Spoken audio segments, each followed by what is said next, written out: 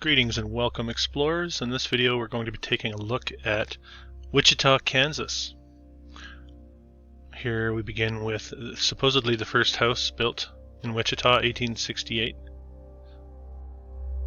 And if you're not sure, we go right into the heart of the United States for Wichita.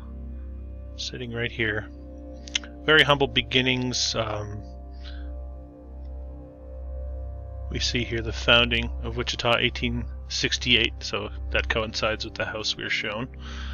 And we're not really much going on. If we look at the demographics, 1870, just a handful, 100 people. Really pay attention to the first several decades here. 1880 to about 5,000. 1890, 23, and then we have a static period of growth here between 1890 and 1900. Having to do with what they call a bit of a recession or depression in the area.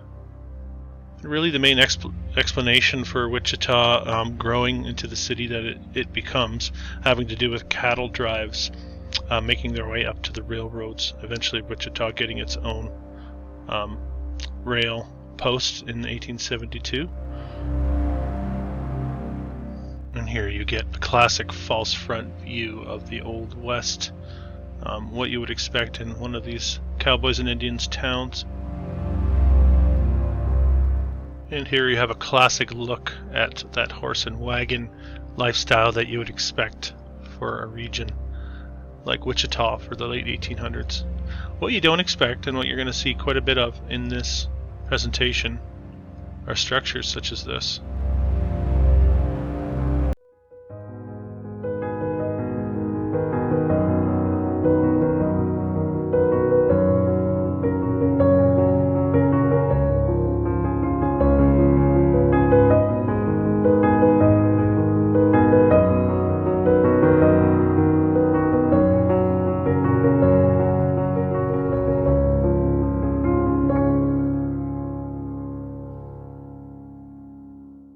In this file I have quite an extensive compilation of many of the structures that existed in Wichita at this early time period. So we'll get right to it. Here we have a bird's eye view supposedly of 1873 of what the settlement may have looked like. Remember again, 1873 would have had only a couple hundred people. But this really not telling you much. Also showing you the railway up here. Looking like a child's drawing really more than anything else. We're going to go through many of the structures and notice again the similarities to many of the old world structures we've seen in other locations. The arched windows, the basement windows, the decorative cornices, domes and spires and all the rest of it. And of course the usual suspects in these communities. So Wichita, certainly no exception. We are seeing all the evidence that there was much more of a settlement in this location than we have been told through our historical narrative, and so we put it under the microscope and put all these things into question. And we have a series of extravagant homes coming from that time period. All having that really large stone look, basement window, so again, excavation. Beautiful homes too, conical domes, antiquitech on top, very ornate looking chimneys.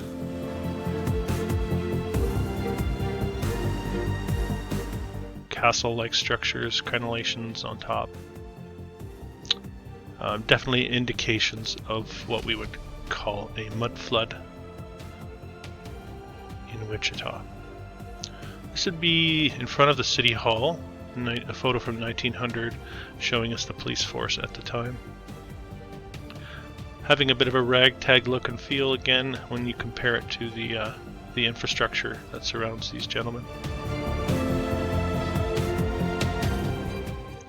And this would be the second Masonic temple that we've seen already in this presentation. We're going to see more. Quite the structure. 1906. Remember, we had a depression. We had a lull in population from 1890 to 1900. Yet these types of buildings still shooting up all over the place at that time.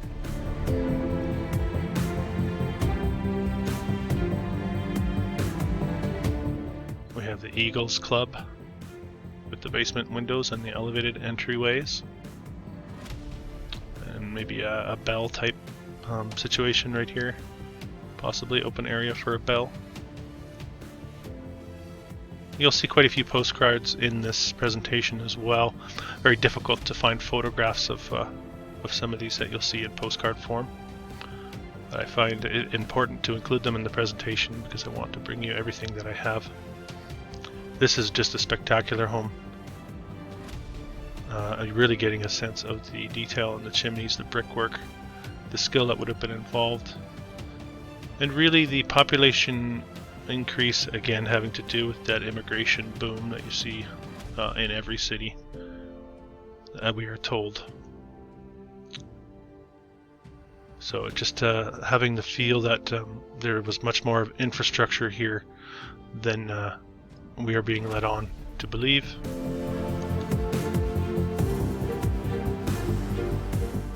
And why the need to build everything to make it look like a castle, what we would term a castle. And again, why so much of this has been obscured from history. Why do you have to dig so deep to find some of this stuff? This is some of the questions that run through my mind. Here we have the Oddfellows Hall. So all sorts of secretive organizations, gentlemen's clubs active in Wichita at that early time period. Now this is the War Memorial, supposedly the Civil War Memorial, that stands out in front of the old Sedgwick County Courthouse, and we'll see that as we proceed through the file here. We have a post office and government building. Remember the population of Wichita at 1900 we're at 24,000 people. They were just experiencing a lull, we are told. Yet these structures seem to be everywhere. And all these gentlemen's clubs. Why the need for all these clubs at such an early time period? They should be really just finding their footing as a community, not having 1, 2, 3, 4, 5, 6-story structures, gentlemen's clubs. Right, the old library. You see the basement windows there. You could tell there's some sort of dome area in the center there. So we have to ask the question, folks. We have to ask the question, why does the narrative we are fed for history not line up with what we're seeing with this visual evidence? This giving us a view of, in 1919, the 600 block East Douglas, I believe. You can see the rail lines here. Okay, so that infrastructure fully intact here in Wichita. Rail cars. All part of the old world infrastructure. You can, even just the background here, you get a real sense of the texture of what we've come to understand our old world structures.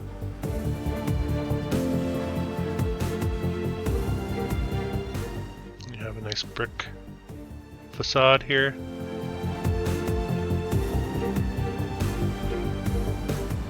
So very ornate finish. All indications of a civilization with a different mentality than we are used to and we have been told once existed. Why would you ever have to build a YMCA dorm in such a fashion? Although I do believe it was a school. We'll see this pop up later on as well. We will have a special segment on schools with a special guest explorer. So stick around for that segment. This is Hinkle's department store, photograph from 1938. But again, you get the sense that we're looking at an old world structure, brick building with the arched windows and all of the ornate detailing that goes with the old world structures. A very nice looking old house. And this really jumps out at you, the stonework along the bottom. And then of course the chimney work here. The flared tops of these chimneys and then the detailing in the brickwork itself, to my eye, is a dead giveaway that we're looking at old world structures. Here we have the Scottish Rite Temple once again. Really out of place for this location, especially at that time period.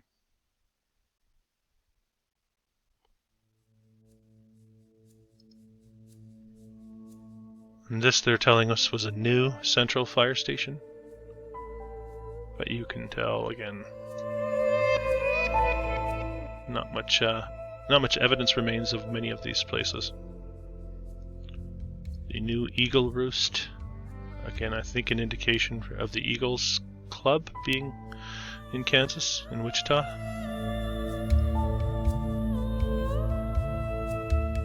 Yeah, some of these just looking like basic rectangular buildings, but when we look a little closer, we do get a sense of the detail.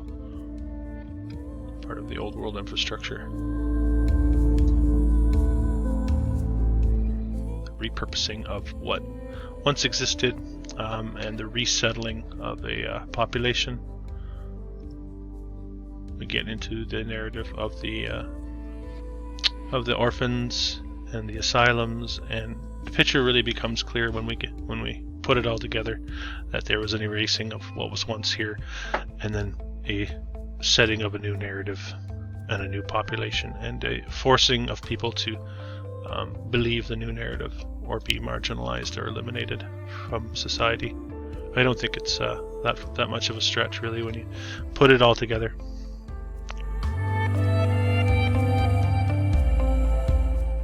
Quite a few of these multi-storied structures as well at that early time period, keeping in mind again that Wichita experiencing not much growth from between 1890 and 1900. We have horse and buggy era, has to be the first decade of the 1900s, I would suspect, possibly the second, but again, why are you building multi-storied structures like this with all this detail when you've just experienced a depression? Now we have a depiction of the Salvation Army barracks. You get the picture though. I don't think this is just a drawing. I'm sure that once stood. And a decent visual of the type of skyline.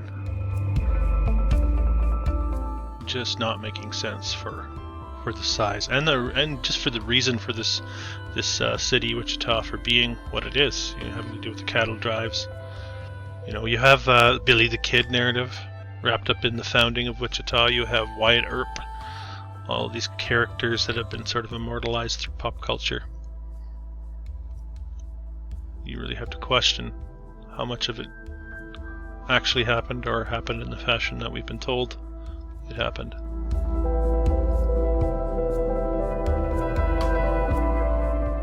And if you're new to this type of research, I encourage you to check out many of my previous videos. I have made attempts to explain what's gone on in our history, as far as I know. What I believe we've underwent is basically a resetting of our psychology, of our consciousness, and then transplant. We've had transplanted a false historical narrative into our reality, and we have been given a lengthened historical timeline that attempts to explain what has gone on and how the world has been structured in a linear fashion, and it also paints what I call the usurpers, the ones who hijacked this realm, paints them in a positive light as the most successful or the fittest, let's say, if you can put that into a Darwinian filter. And all of it, I suggest, is part of a paradigm that has been forced upon us. Here's the Crawford Opera House, no longer in existence. You'll see this detail come up later on when we look at some of the universities as well. This cylindrical brick stone type detail, very, very difficult to pull off, and as far as construction goes. And you also get the Opera House narrative popping up no matter where you look, especially in North America, as we look into many of the smaller towns in the States and Canada. But the bulk of my focus is on the States. I think that was the prize of these usurpers, and they needed to hijack our consciousness to pull off what they've been trying to pull off. And we're in a stage right now where we're spiraling up in our consciousness if we choose to, if we open up to it, and we are now able to see what we were once not able to see for some reason. Here we have a beautiful children's home. Again, you see the main entrances on the second floor, and then the lower floor underneath the stairs. Stone bridges. Very early time period. Now, Wichita did go through an oil boom, and before you try to explain that as the reason for what we're seeing, the oil boom really not taking hold. The first deposits found 1914, 1915. So much of what you're seeing in these photographs, all these structures really in existence before that oil boom. So all of this predating that. So it's important to keep in mind. We have a bit of a confusing narrative here.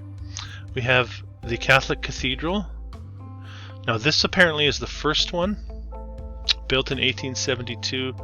This one apparently is the second one, but looking very similar to the first one, built in 1906 to 1912, we are told. So not sure, kind of confusing there. Were there two? Did they modify this one? It's hard to tell. But this is the interior of that Catholic cathedral as it stands today. And again, remember, really not a lot of people living in Wichita at the time, but they're pulling off this type of construction work. So, believe your eyes and not what you've been told. Smell the rat. Why do you need a church with columns like this? This is very difficult construction. Very difficult.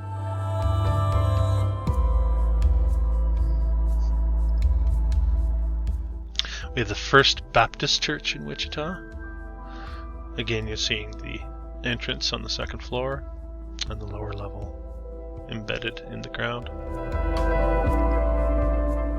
First Presbyterian, made of stone, looking like a castle, of course. And the First United Methodist. So all these buildings, I suggest, part of an old world civilization that was devastated in cataclysm. That's where the mud flood comes from, and then the riches of the previous civilization were redistributed by the forces of power of our time, I'll say. Another church with columns, basement windows. Really no shortage of churches. We're still going through them. Isn't it amazing? There's your cymatic circular style window. My guess is this probably had something above here, some sort of peak dome. Alright, we finally arrive at the schools segment of Wichita, Kansas. And for this segment, I've brought in a junior explorer. Would you like to say hello? Hi. Alright. She is an expert on schools, and she'll be giving her opinion on what we're looking at these schools from the late 1800s and early 1900s in Wichita, Kansas. Okay. There's a high school. Why does it need to be so fancy? Well, this one is not as fancy as some of the other ones. They just really enjoyed the columns back then, and all the fancy molding along the top edge of the roof. So, The entrance is fancy, but the building itself isn't really fancy. What about this one? This would be a college campus, looking like it's in the middle of a farmer's field. Yeah. Let's take a closer look at that one. We have the... oh, I may have skipped one. We have the Fisk Hall at the Fairmount College. A lot of these just in postcard form. Here we have the Fairmount College. I think this may have been what we were looking at there. This is a little more fancy. Yeah, we're getting into the tower territory here, and we even have a little balcony up here in the tower. What classroom is that? That's the detention area. Yeah, and some beautiful stonework down here, which we'll see more of. Here will be the library for the Fairmount College. Looking like maybe a bank almost. Columns, yeah. See a bank. This all coming from the late 1800s with about 20,000 people. 30,000 people living in Wichita. It's not very many people or a lot of schools. No. And building vertically with a lot of decoration. Yeah. Fairmount College still, and another building with another tower. Yeah. The top part of the tower, I like the top part as well. I think they had bells in these locations here. A lot of the bells were moved over time. Here's the first, maybe not the first, but an early graduating class of this Fairmount College. What do we have? 8 people graduated? They had a fancy library, didn't they? Only 8 people graduated? I think so. This would be the Friends University.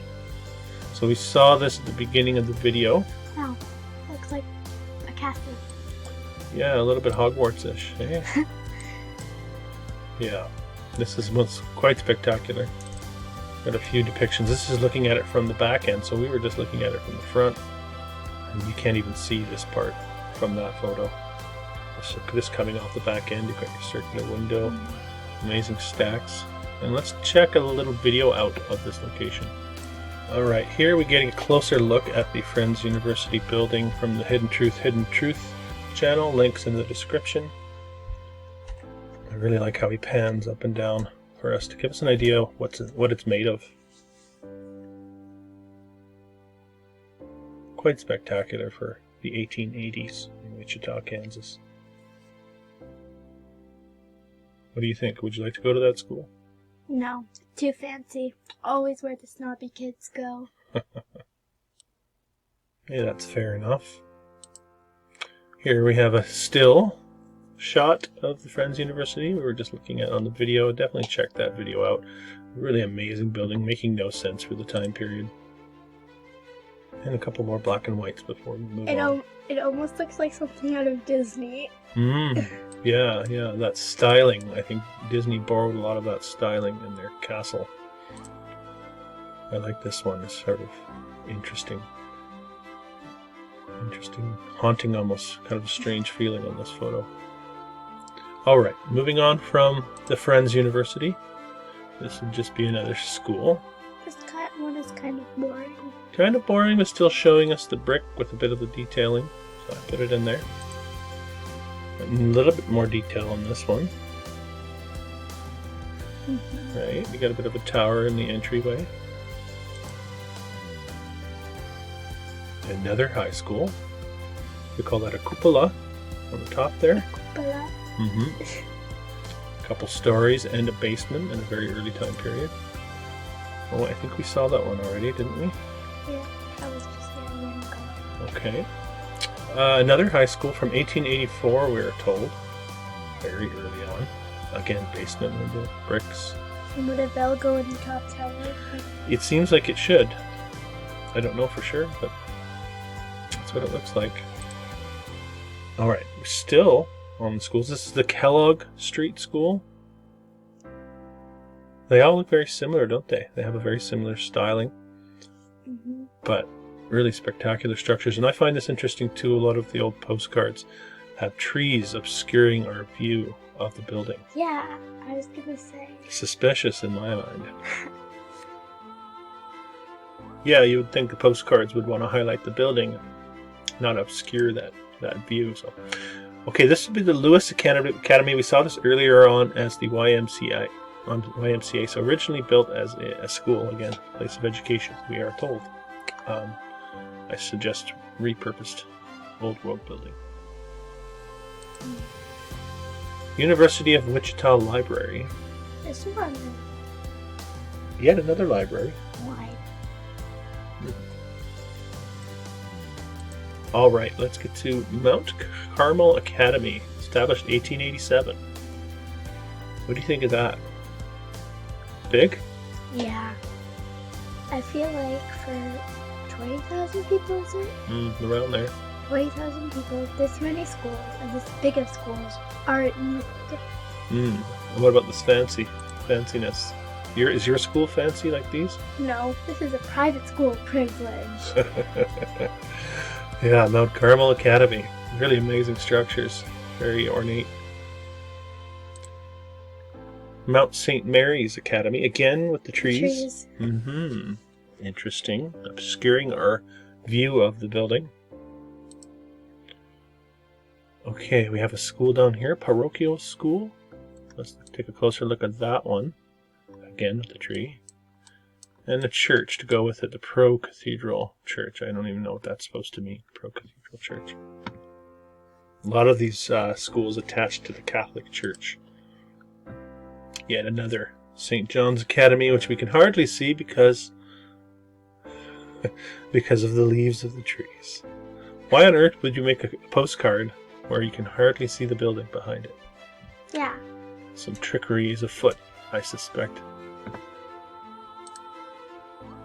Washington School. Now, when I first did the research on this, I thought I was looking at doubles of the same building. But it turns out these were all different structures. Yeah, I kind of found that when I was looking at these. But they're different, and you can see all the little details. Again, detention area up here. Right. And even more, this is the Franklin Public School down here. So you would have your pick of whatever school you wanted to go to. And the Lincoln School down here. This postcard from 1909. Trees. Yeah. Alright, so here's a big grouping of the schools, and we've seen... Are they like different in the same school? Yeah, we've seen all of these, but I thought this one was neat because it's a big group. Are they different schools? Oh yeah, all of these are different schools. They look so similar. They do, yes. And I have one more. This is a postcard from 1906, so again, it's telling us that these have been here a while. And one more postcard, and I don't believe we've seen this one, although it's hard to tell, again, obscured by trees. The rest of these we have seen. Fairmount College. This is looking like it was... Oh! Lewis Academy. This is the one that turned into the YMCA. So that ends our segment with the Junior Explorer. What's your final words on the schools of Wichita? School is boring. Now we get to the City Hall. And this structure going up at a time when there was about 20,000 people, and at a time when Wichita is facing a depression and very little growth. Yet they still felt the need and they had the ability to construct such a building. And at this point in the video, I would like to direct your attention to this YouTube channel, Hidden Truth, Hidden Truth. He's doing some spectacular boots on the ground footage of this region. He's in Wichita in several of these videos. Here you can see in this video here he features the structure that I've just shown you.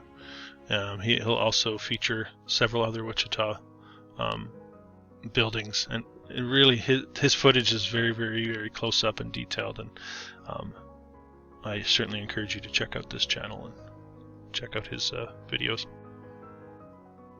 And I can show you just a little bit of the detailing that you're going to find on this old city hall built at the beginning of the depression, of a depression in Wichita. when it was a city of 20,000 people. And in case you weren't sure when it was built, they do provide the date here for you. Not to be outdone, we have the Sedgwick County Courthouse. So again, that Hidden Truth channel will walk you through this location. This courthouse no longer having the bell tower or the clock tower. You can see here it says damaged in 1954 in a windstorm, so it's been removed. Still a magnificent structure to this day without the clock tower. Built in 1888, again, that Depression era. No growth happening in Wichita, yet they are able to build these structures. As far as I'm concerned, a massive gaping hole in the historical narrative, as we've been told.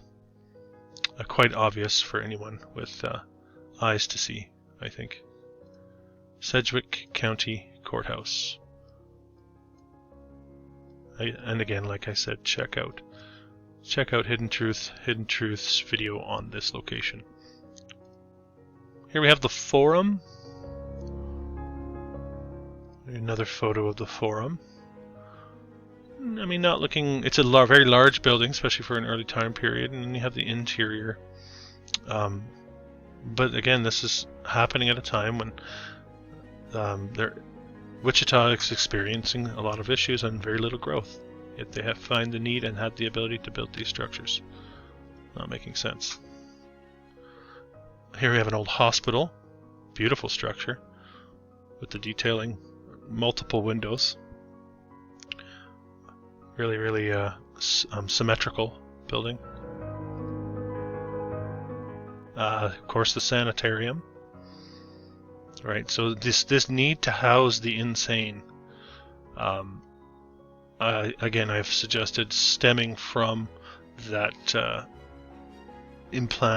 implanting of this new narrative onto a people, and I suggest that the insane were the ones that were not accepting the new narrative, had to be marginalized, eliminated, or housed in these asylums. We have a hospital, St. Francis Hospital. There it is again from the other angle, just to give you an idea of the type of architecture they were capable of building. This is a veterans hospital. Not a great picture, very low resolution. This still stands. Just to give you an idea, here's what the structure looks like modern day. Very grand, large building, something you would maybe think of as an estate out in the English countryside. So that's the postcard is showing us. This is what it looks like modern day, just to give you a sense of scale here. And of course, not without its hotels. Let's run through a couple of them. We have the Travelers Hotel, 1, 2, 3, 4, 5, 6 story. The Lassen Hotel, even more stories.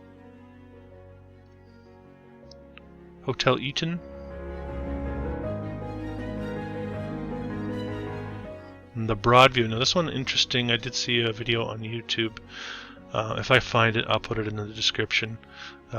Saying that there were basically speakeasies in the Prohibition era underneath the Broadview. And there was also a tunnel going down to the river, which I find interesting, and seems to be that narrative seems to pop up over and over with these old world structures in these locations. The Manhattan Hotel.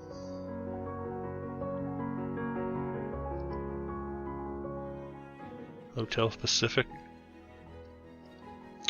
Again, the column work, a bit of a curved mansard roof, really beautiful architecture here. Right. So I don't even know if I mentioned the Sedgwick block here, but you get that ornate detailing, all old world box ticking going on here. And a very strange part of the narrative I suggest wrapped up in with that asylum narrative. We have the Kansas Masonic Home. It says here, founded in 1896 as a home to serve orphans, widows, and elders. Interesting. Stone structure with a basement, having all the old world hallmarks. This is a fantastic photograph showing us many of the gentlemen, I suspect, that were involved in the Gentlemen's Club at the time. The ones who were sworn to secrecy and the ones who swore to help reset the realm with the new narrative.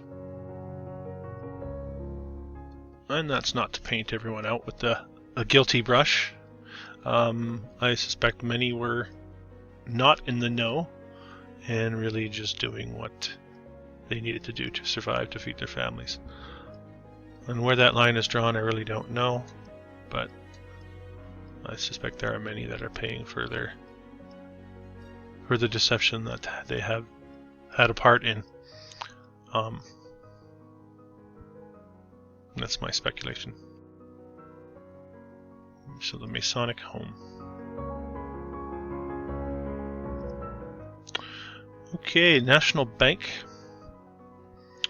Not a great photograph, but it's a vertical structure. Here we have a postcard of the interior and what that interior looked like. And now, what kind of time frame and what type of skilled population are we allowing for that all these structures could have gone up so quickly all over the place in such a beautiful, grandiose fashion. Supposedly a second opera house. Could not find much information on that, but I felt I'd include it. Making very little sense. Post office again. We saw a postcard earlier. Here's a photograph, and again, this is you see that good juxtaposition of the horse and buggy, the frail buggy, and the multi-storied, very, very heavy looking and feeling structure, permanent looking and feeling structure.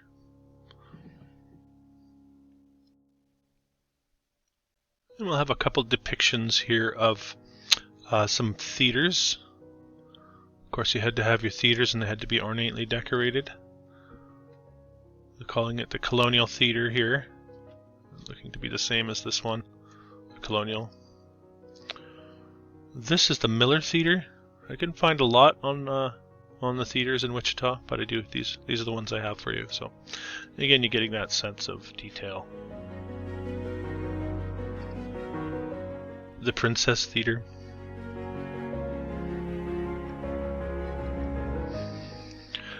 This is part of what was known as Wonderland Park. Let's see. There you get a look at Wonderland Park with the stonework involved. Apparently on an island, on Ackerman Island. Apparently they had an amusement park, short-lived. I've seen that narrative pop up as well in other locations. I think it was Winnipeg. I did a live video with New West Reset, and Winnipeg had a similar situation of a very short-lived amusement park, we're told. You have to wonder, were they short-lived or was it just buried from the historical narrative? Here we have another theater, interior of the theater. Why the need for so many theaters, especially predating Hollywood, right? This is for the performing arts, vaudeville, they'll tell us, and the opera houses, and a real appreciation for the performing arts in the old world. Rail depot. We're going to look at several rail depots in Wichita. We have the Frisco Depot, the Union Depot, the Union Station, let's say. There's your column work and that really heavy look and feel, looking like other Union stations we've seen. The Mopac Station. Now with the dome or the cone on the corner. The Santa Fe Depot. So, no shortage of rail depots as well in that region. Alright, our final slide, the Beacon Building. Newspaper and office building erected in 1910 by the Beacon Building. Again, this predates the oil boom, but we feel the need to build these multi-story structures, apparently. Let's see here. Chamber of Commerce. Cornerstone was laid in March 1910 by the Kansas Editorial Association. First tenants moved into the building that September. That's pretty quick. Thoroughly fireproof and modern in every detail. Well, thank you for making it fireproof. Again, that fireproof narrative, part of that old world cover-up, I would suggest. An explanation for why they had to build in such a manner. Anyway, this has been an in-depth look at Wichita, Kansas. Through my lens, I think we are looking at many old world structures and a repurposing of this location. What do you think? Thanks for joining me.